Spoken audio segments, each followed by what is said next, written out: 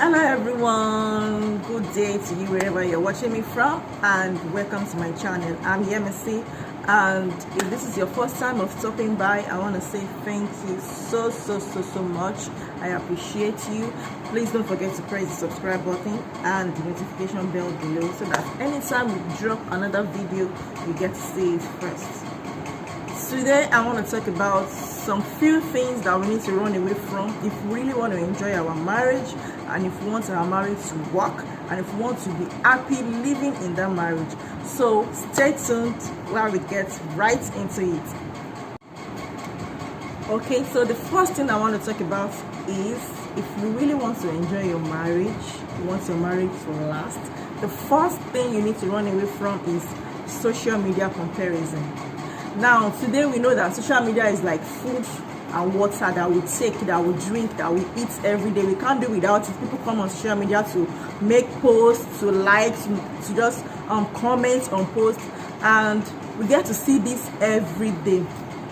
Now, when you're on social media and you are seeing pictures of your friends, maybe their husband is taking them out on a shopping spree, or they are outside the country just on vacation and they are just enjoying, and they are just posting those romantic pictures, a lot of beautiful pictures, and you are seeing and you are thinking and you are imagining in your head that, wow, I wish this is me.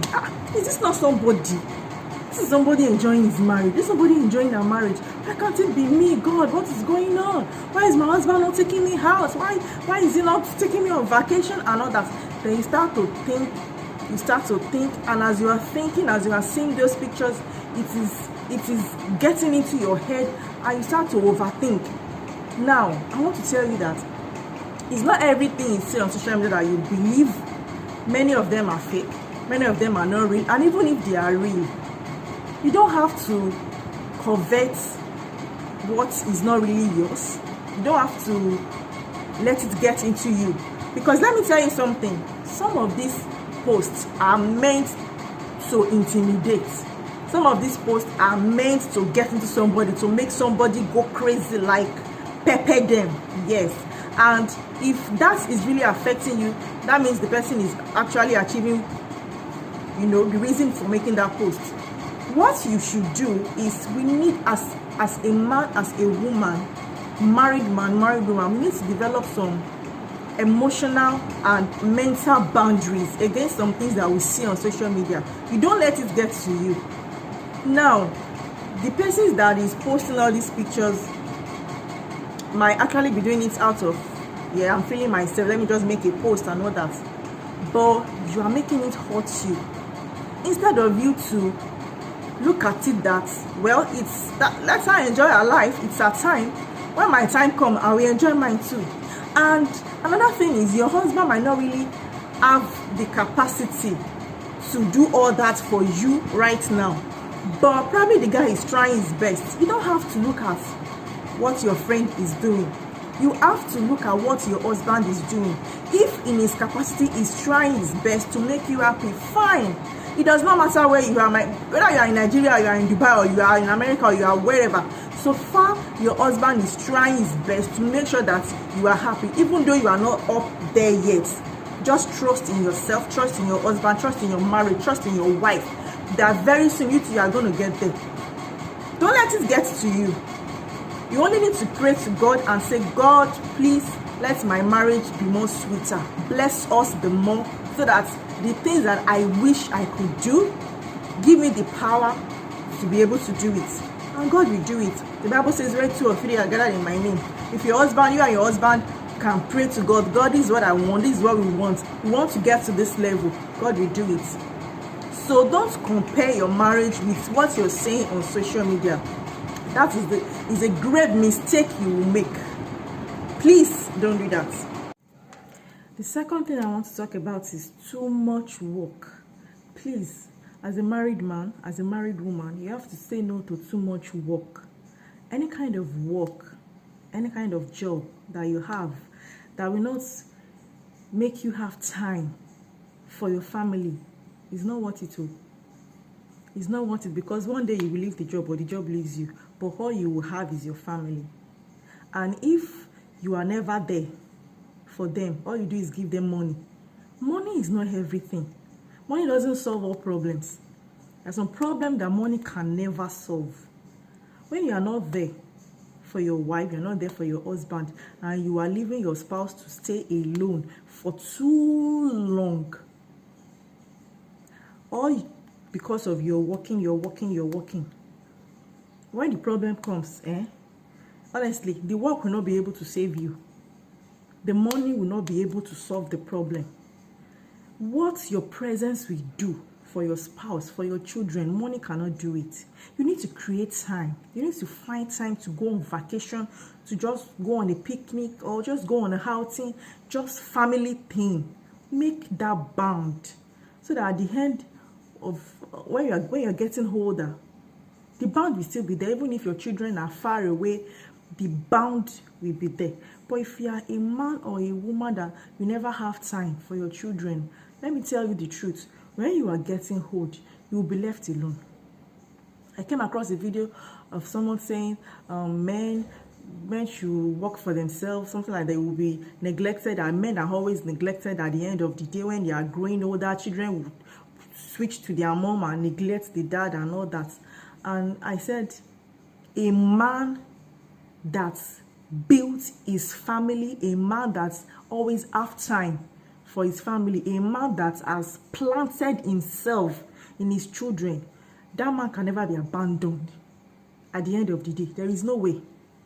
The bond has already been created, and you are doing everything in your power to make it strong. And how do you do it? It's simple. Make your children, let them love you. Give them your time, not just your money.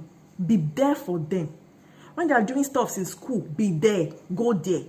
Let your children feel that I have a dad. My dad will come. My mom will come. It makes them happy. It makes them love you the more. That is how you are planting yourself in them. When they grow up, there is no way they can forget you or neglect you. All those things is in their memory. They will remember. Because as they are growing, you are not neglecting them. You are performing your duties, both in cash and in kind. In every way, you are there for them. There is no way, no child will neglect that kind of a father. No matter, I don't see the witchcraft that can make that happen. So that is the truth. You have to be there for your family. You have to create that family time. If it's on a weekend, take them out.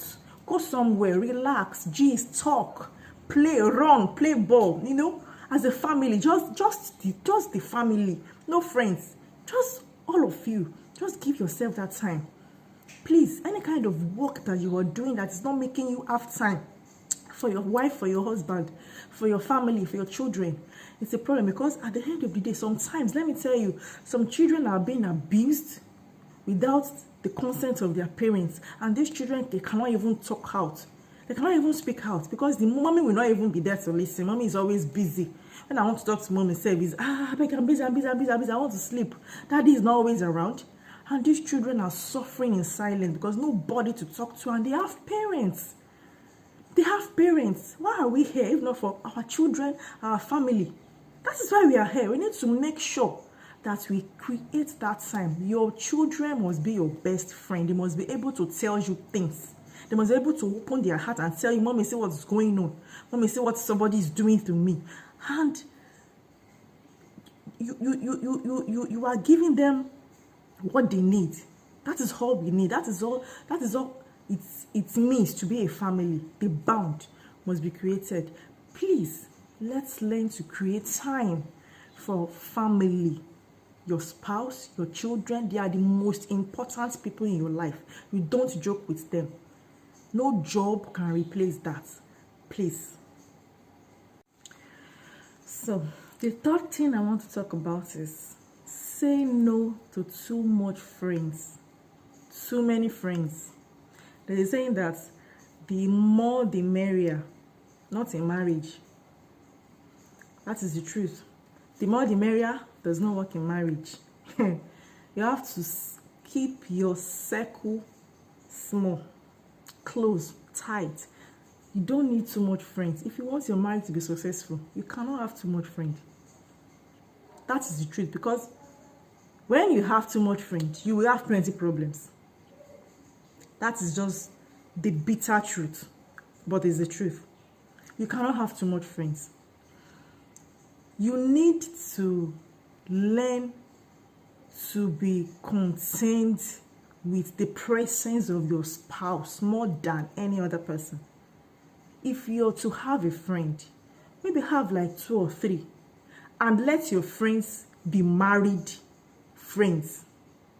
I'm not saying once you are married, you should neglect your single ladies or single guys friends. That's not what I'm saying. But I'm saying when you want to have friends, like probably close friends, it's better you have married friends as close friends, because you think the same way, you are already experiencing the same thing. You get to rub minds, you get to talk, you get to learn from each other, and keep your circle small. Because when you have too much friends, this one is doing a party, you want to take gilly, you want to take rapper, you want to take, and you start to disturb your husband. I want to buy this, I want to buy that, and it's giving you money. Then the next week, another friend is doing party, then you want to buy another one. Then the coming week, are you the only one? The guy will get tired. The guy will be tired. That is the truth. And there is no way you have too much friends that you won't be exposed to a lot of unnecessary activity, unnecessary talk. Because when you're together, did this wrong, my husband did this to me, my husband bought this for me, my husband is giving me 300,000 in a month, so, and you that your husband is giving you 50k in a month, then you start to think, hey God, somebody is giving his wife 300,000 in a month, and my own will struggle to give me 50k. God, which kind of wahala be this? Then you start to think how to make up, how to, probably you start to lie to cover up. My auntie used to give me 200,000. My auntie used to, and even if you are not the kind of person, you just feel, you start to think of how you want to match up to that level. Then you start to worry your husband. And when your husband is not, maybe the poor guy is just trying his best, then you start to look elsewhere, just to make sure you are matching up with your friends. You are not competing with anybody, my dear. This life is not about competition. It is not about competition. You are not here to compete with anybody. You are here to live your life as you, not as anybody. Don't look at anybody. But this thing comes up when you have too much people. You are exposed to too much people. You are exposed to too much friends. You get to hear what you're not supposed to hear. You get to see what you're not supposed to see. You mingle with people you're not supposed to even know at all. Please, learn to keep your circle small and healthy. Have friends that have something upstairs. Have friends that have a lot to dish out to you. Have friends that you know that you can learn good things from. Not the ones that will always invite you to parties and unnecessary occasions. Have healthy friends. Keep your circle small. Make sure your friends are married friends that you can rub minds together, that you can learn from each other. And another thing is, don't have a friend that your spouse does not know about. It is going to be a problem later when you have a friend that your wife does not know. Maybe it's a female friend, your wife does not know about her. Or you are a woman, you have a friend, a male friend that your husband doesn't even know, he has never heard about, has never met. And probably he just catch you guys one of these days, probably just talking. Who is that? Hi, is my friend, and I don't know him. Please, it's for sanity's sake, it's for peace to reign. That is why I said keep your circle as small as possible. Make sure the friends you have, your husband knows them. Even if he has not seen them, let him hear about them. And a husband too, make sure your wife knows about your friends. For peace to reign, have mutual friends. In short, let me put it that way. Have mutual friends. Your friend is my friend, our friend is your, you know yourself, you know your circle. Keep it small, keep it healthy. It is for your good. So the fourth thing I want to talk about is say no to debt. Debt is an enemy of progress. It's an enemy of peace, enemy of joy, enemy of marriage. Debt will give you sleepless nights. It will make you have high blood pressure. Debt can send you to early grave. Fine. It's good to spend. It's good to buy things. It's good to, use things that are in vogue. But learn to live within your means. You don't necessarily have to buy the latest phone, latest shoe, latest wear, latest cars. You don't need to buy latest. The ones you have, they are good. Continue to use them. Don't spend money that you don't have. Live within your means. The little money you are saving, and if you are blessed, fine. Any money you are saving at all, learn to live within what you are earning. Learn to save, give offerings in church, pay tithes, save for yourself. Then plan on how to spend the remaining ones you have. Don't buy what you don't need. Because there is a party, you want to look good, you want to use this latest hair, you want to use this latest shoe, and then you don't have enough to buy it, and then you go collecting it on credit. No, it is wrong. Don't buy things on credit. You will lose your peace. When the person will be calling you and be asking for the money, you will lose your peace. You start to think, how will I meet up? How will I pay this? How will I pay that? Please, it is good to look good, but look good within your means. Don't buy on credit. As a woman, even as a man, I know men doesn't really do that, but women, we can buy things on credit because we just want to be there. We just want to pepper them. We just want to make sure that when our friends see us, they know that we are there now. Yes, so you don't need it to. This life, it's simple. It's easy to live. It's easy to have peace. It's easy to live healthy. Just live within your means. If you are earning 50,000, for example, make sure you are saving at least 10,000.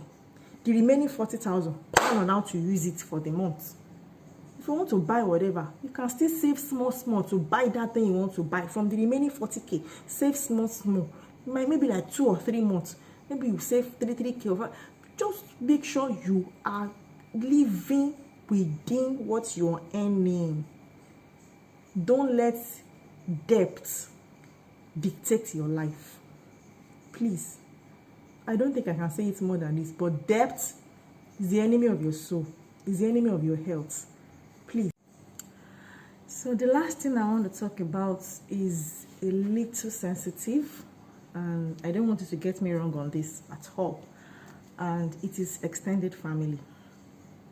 You need to say no to extended family sometimes, because if you don't,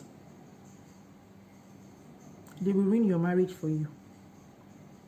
Some of us may have good families, our brothers and sisters, our mommies, they are good people. They are not problematic, they don't even have issues, they are just cool. But not all of us have that kind of family.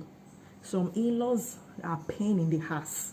Some in-laws can really be a pain in the ass. I mean it.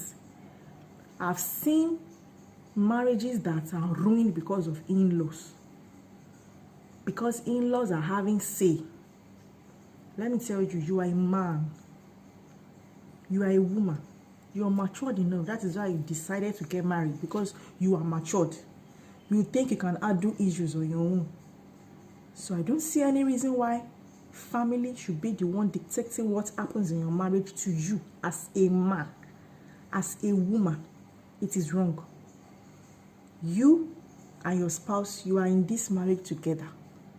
Nobody saw you for yourself. Nobody borrowed you and say, oh yeah, match. No, you saw yourself, you love yourself, you fell in love, you got married. You should be able to handle issues. If there are issues, you are matured enough, handle it, settle it.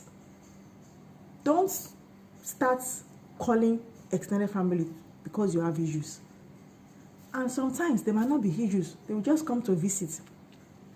And then they start to see a lot of unnecessary errors in your wife. She did this, she did that, she can't walk well, she cannot wash well, she did that. They just be bringing out a lot of unnecessary complaints to you. And if you are a man that doesn't know what it means to have a wife, you don't know the worth of your wife, then you start to lash out on your wife. Because you love your sisters, you love your family more than your wife, then you start to dish it out on her hot. Why will you do this? Why will you do that? Don't you know she's my family? They were there before you came. This and that. You should have married her. You should have married her because they were there before you saw her. You should have married them. You don't do that. You don't do that. You don't talk to your wife in the presence of your family. You don't correct your wife in the presence of your family. I'm saying it is wrong. Because when you do that, you give them more power. You give them more wings to trample upon her. She's somebody's daughter. She's your mother to your children. She's your better half. The same respect your younger ones give to you, they should give to your wife. That is how it's supposed to be. When they see your wife, they see you. When they see your wife standing, they should have that sense that this is my brother standing. That is how it should be. Even if your wife makes mistake, fine. We cannot make mistakes. We are all human. If you want to correct her, take her to your room. You don't correct her in the presence of your people. You are ruining her. You are stepping on her. You are cutting all her wings. You are making her a nobody. Because one day when you are not around, they will beat her up. They will slap her.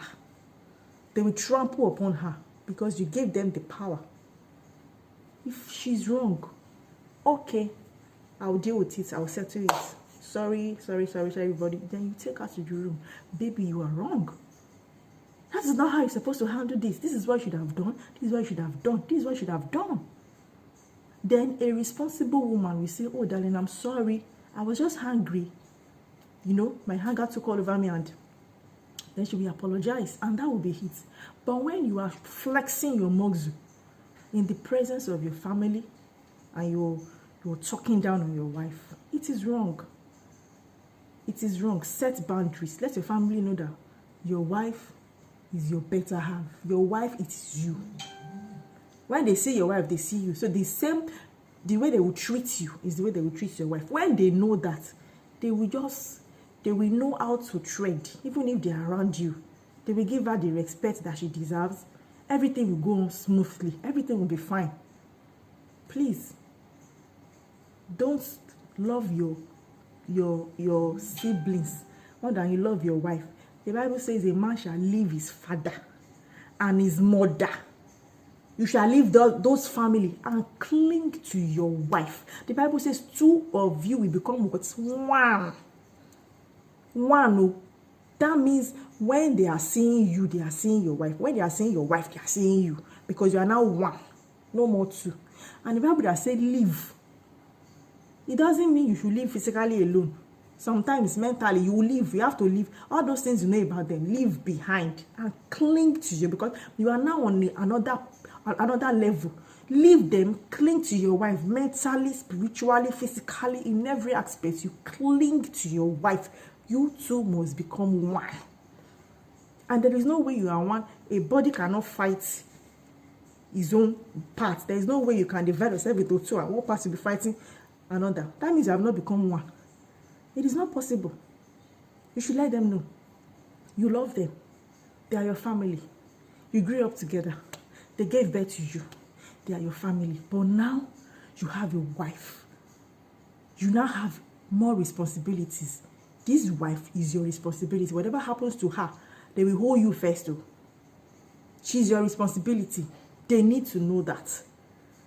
Without being told, they need to know. But some family, you need to let them know. In case they refuse to know, you need to let them know that you have now clinged to your wife. You are married. You are now a married man. Your wife and you are one. So when they see your wife, they see you. Let them have that orientation for peace to reign. I'm not saying don't take care of your in-laws. That's not what I'm saying. I'm not saying don't take care of your mother, your father. I'm not saying that. They gave birth to you. Your siblings are also your blood. When they need something and God has blessed you, give to them. But you see that boundary, you must create it. So that everybody will live in peace. There won't be issues. And I know that God will help us. God will help our marriages. And God will give us the grace to do everything necessary for us to have a sweet marriage, for us to have a blessed, a beautiful marriage. Thank you very much for watching. I love you. Please, if you have not pressed the subscribe button, please don't forget to press it, because when next you drop the video, you get to see it. Thank you very much for watching till the end. Bye for now.